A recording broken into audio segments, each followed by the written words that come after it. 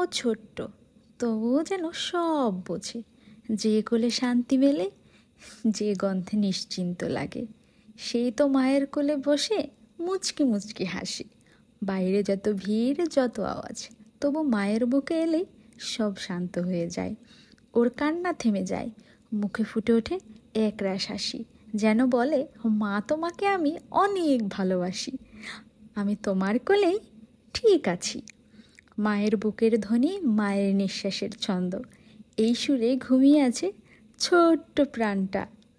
মা জানে ওর প্রতিটি হাসির পেছনে লুকিয়ে আছে একটা নিরাপত্তা, একটা ভালোবাসা, যা পৃথিবীর কোনো কিছুর সঙ্গেই তুলনা হয় না।